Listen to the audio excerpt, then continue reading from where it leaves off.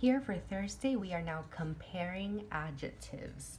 And it says adjectives can show how one person or thing compares to another. So we're used to using adjectives as describing words, and today we're going to learn how they are used to compare people or things to one another. So here's just a very basic example. I am tall. So the adjective here is tall, very common. But now, I am taller than you. So that can be used to compare two things, in this case, flowers. And then we'll learn about a superlative comparison, which is something like this. I am the tallest flower of all. So here it says adjectives have 3 degrees of comparison: the positive, the comparative, the superlative. So here we have a positive, here we have a comparative, and here we have the superlative. So example, in the positive degree, nothing is being compared. So we just have a positive statement. No ending is added to the adjective to form a positive. So just like here, it says I am tall.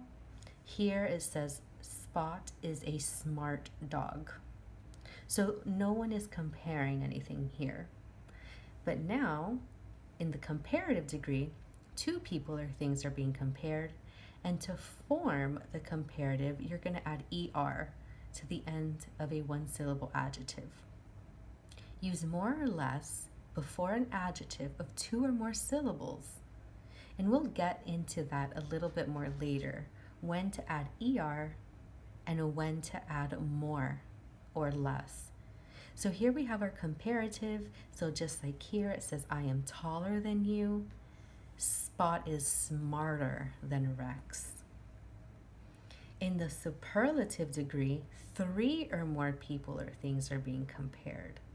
To form the superlative, add EST to the end of a 1-syllable adjective. Use most or least before an adjective of 2 or more syllables. So just like here, I am the tallest flower of all. Here it says Spot is the smartest dog that we own. So we have tall, taller, tallest, smart, smarter, smartest. So notice on this page there isn't any written work, but it is super important that you understand these concepts so that we can move forward for the end of this week and next week. And here for Thursday, for your last spelling assignment for chapter 22, what you're going to do is you're going to read this passage on maintaining aquariums, and then for each of the bold phrases, you're going to replace it with a list word that means the same or kind of the same as the phrase that is bold. So just to give you one example, as you're reading, your first one is going to be rigid covering plates. Now, if we were to read that all by itself, we probably wouldn't know what word to replace it with. But if you're reading the whole passage, you'll see that you have context clues. God created most fish with protective rigid covering plates.